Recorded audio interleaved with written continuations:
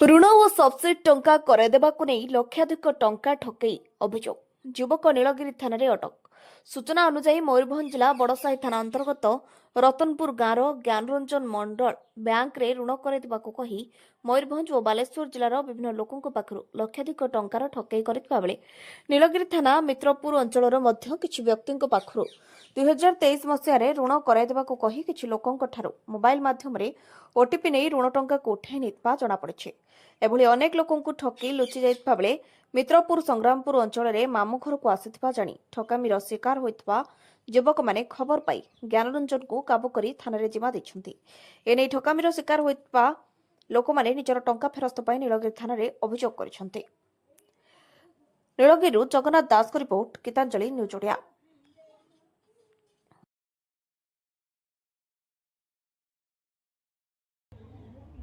ଯେ 2023 ମୋର କ୍ୟାନ୍ସର ହେଇଥିଲା। ମୁଁ ଘର ବେଡ଼୍ରେ ଥିଲି। ମୋ ସାଙ୍ଗ କାଳିଆ ବୋଲି ସେ ମିଠା ଦୋକାନ କରିଛି ଛକରେ।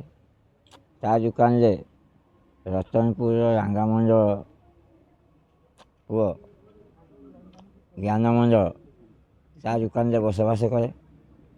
ଯେହେତୁ ମୋର ସେ ଆର୍ଥିକ ପରିସ୍ଥିତି ଅଭାବରୁ କିଛି ପଇସା ଆବଶ୍ୟକ ଥିଲା, ମୁଁ ମୋ ସାଙ୍ଗକୁ କହିଥିଲି। ସେ କହିଲା ହଉ କିଛି ଗୋଟେ ବ୍ୟବସ୍ଥା କରିବା। ଇଏ ଯେ ଜ୍ଞାନ ମଣ୍ଡଳ ତା ଦୋକାନରେ ବସବାସ କରେ, ସେ ତାକୁ କହିଛି ଯେ ମୁଁ ICICI ବ୍ୟାଙ୍କର ମ୍ୟାନେଜର ଅଛି, ସଦାବେଳେ ତା ଦୋକାନକୁ କାର୍ ଫାର୍ ନେଇକି ଆସେ। ଇଏ ହଁ ବିଶ୍ୱାସ କରିଛି। ଇଏ ତାକୁ ନେଇକି ମୋ ଘର ପାଖକୁ ଗଲା ଏବଂ ଲୋନ୍ କରିବ ବୋଲି କହି କଲା। ମୋ ପାଖରୁ ଡକୁମେଣ୍ଟ ହେଉଛି ପାନ୍ କାର୍ଡ଼ ଆଉ ଆଧାର କାର୍ଡ଼, ATM, ଏ ତିନିଟା ନେଇ ଲୋନ୍ ଦେଖିଲା। ସେ ପ୍ରଥମ ଦିନ ଦେଖିଲା ସିବିଲ୍ ଠିକ୍ ହେଲାନି, ପଳେଇ ଆସିବା କରିବା। ସେଦିନ ପଳେଇଗଲା। ଆଉ ଦିନ ଆସିକି କହିଲା, ହଠାତ୍ ସେଇ କାଳିଆକୁ ନେଇକି ଆସିକି ପହଞ୍ଚିଲା। କହିଲା ମୁଁ ସେଦିନ ପାରିଲିନି, ଆଜି ଦେଖିବା ବ୍ୟବସ୍ଥା କରିବା, ଲୋନ୍ଟା କରିବା ହେବ କି?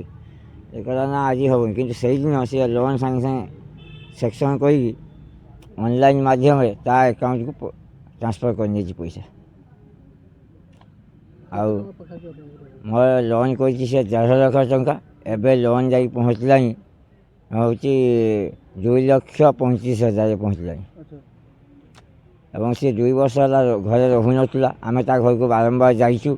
ତା ବାପା କୁହେ ମୁଁ ତା କଥା କିଛି ବୁଝୁନାହିଁ। ଆଉ ସେ ପୁଅ ବଞ୍ଚିଲା କେତେ, ମଲା କେତେ, ଏକଥା ବି କୁହେ। ଆମେ ବହୁବାର ବିଫଳ ହେଇ ଘରୁ ପଳେଇ ଆସୁ। ଏବେ ଥାନାର ମୁଁ ଯେତେବେଳେ ଏଇ କେସ୍ ହେଇଥିଲା ବି ବଡ଼ସାହି ଥାନାରେ ତା ଫଟୋ ସହ ଏତଲା ଦେଇଥିଲି। ଯାଇ ବଡ଼ସାହି ଥାନାରେ ପ୍ରଥମେ ବଡ଼ସାହି ଥାନାବାଲା କହିଲେ ସେ ଘଟଣାଟି ତ ନୀଳଗିରି ଅଞ୍ଚଳରେ ହେଇଛି, ତେଣୁ ନୀଳଗିରି ବାଲାଙ୍କୁ ଦିଅ। ମୁଁ ନୀଳଗିରି ଥାନାରେ ବି FIR ଦେଇଥିଲି। ତା FIR କପି ମଧ୍ୟ ରଖିଛି। ଆଉ ଏଇ କିଛି ଦିନ ହେଲା ତା ମାମୁଁ ଏକ୍ସପାୟାର କଲେ। ତା ମାମୁଁର ଘର ହେଲା ଆମ ଦୁର୍ଗାପୁର। ତା ମାମୁଁ ଘରକୁ ଯିବା ଆସିବା ସମୟରେ ଆମେ ତାକୁ ଗତକାଲି ତାକୁ ଧରିଲୁ। ଆଜି ତାକୁ ପୁଲିସକୁ ହ୍ୟାଣ୍ଡଓଭର କରିଛୁ। ତେଣୁ ଆମକୁ ନ୍ୟାୟ ମିଳିବା ଦରକାର।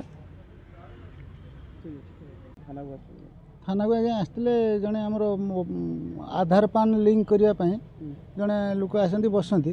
ଆଧାର ପାନ୍ ଲିଙ୍କ କରିକି ଆମ ମୋବାଇଲ ଦ୍ୱାରା ଲୋନ୍ କରିକି ନେଇକି ପଳେଇ ଯାଇଥିଲେ। ବହୁତ ଦିନ ପରେ 2 ବର୍ଷ 2.5 ବର୍ଷ ହେଲା ତାଙ୍କୁ ଧରିଲେ।